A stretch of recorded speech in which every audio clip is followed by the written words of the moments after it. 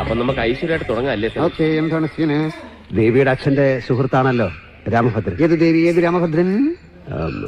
ദേവിയായിട്ട് അഭിനയിക്കുന്നത് പിന്നെ ഗായത്രി. രാമഭദ്രൻ അത് ഞാനായിരിക്കും. എന്നിട്ട് ദേവിയുടെ അച്ഛൻ ആകസ്മികമായി മരിച്ചതിന് ശേഷം നിരാലംബയായ ദേവിയെ രാമഭദ്രൻ സ്വന്തം വീട്ടിലേക്ക് കൊണ്ടുവരികയാണ്. ട്രെയിനിൽ വെച്ചുള്ള രാമഭദ്രന്റെ പെരുമാറ്റം ദേവിക്ക് ഇഷ്ടപ്പെടുന്നില്ല. അവൾ ഇടയ്ക്കേതോ സ്റ്റേഷനിൽ ഇറങ്ങുന്നു. ആ സീനിന് ശേഷം ഒരു മാസം കഴിഞ്ഞ് ദേവിയും രാമഭദ്രനും അവിചാരിതമായി കണ്ടുമുട്ടുന്നു. ആ സീനാണ് ഇപ്പൊ എടുക്കുന്നത്. രാമഭദ്രൻ അന്നത്തെ സംഭവത്തില് ദേവിയോട് മാപ്പ് ചോദിക്കുകയാണ്.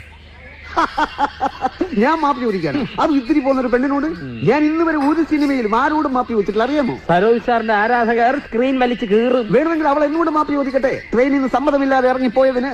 അതാണ് എന്റെ ശരി. ഓക്കെ, സമ്മതിച്ചു. അപ്പൊ രണ്ടുപേരും സംസാരിച്ച് നിൽക്കുകയാണ്. നമ്പർ 24 ലെൻസ് ഇട്ടിട്ട് ക്യാമറ ട്രെയിനിൽ എടുത്ത് വെച്ചോളൂ. ക്യാമറ ട്രാക്ക് ആൻഡ് ട്രോളിയിലാണ്. ആരോട് ചോദിച്ചിട്ട്? സാറിന്റെ എല്ലാ പടത്തിലും സാറാണ് ക്യാമറ വെക്കുന്നത്. ഞാനാണല്ലോ ഈ പടം സംവിധാനം ചെയ്യുന്നത്. ഞാൻ ഉദ്ദേശിച്ചത് താൻ എന്തിനുദ്ദേശിക്കുന്നു? കേരളത്തിലെ 3.5 കോടി ജനങ്ങൾ എന്റെ പടം കാണാൻ വരുന്നത് എന്നെ കാണാനാണ്. ആർക്കറിയാം ഉദയഭാനു എന്ന് പറയുന്ന സംവിധായകനെ? ക്യാമറ ട്രെയിനിൽ എടുത്ത് വെക്കൂ.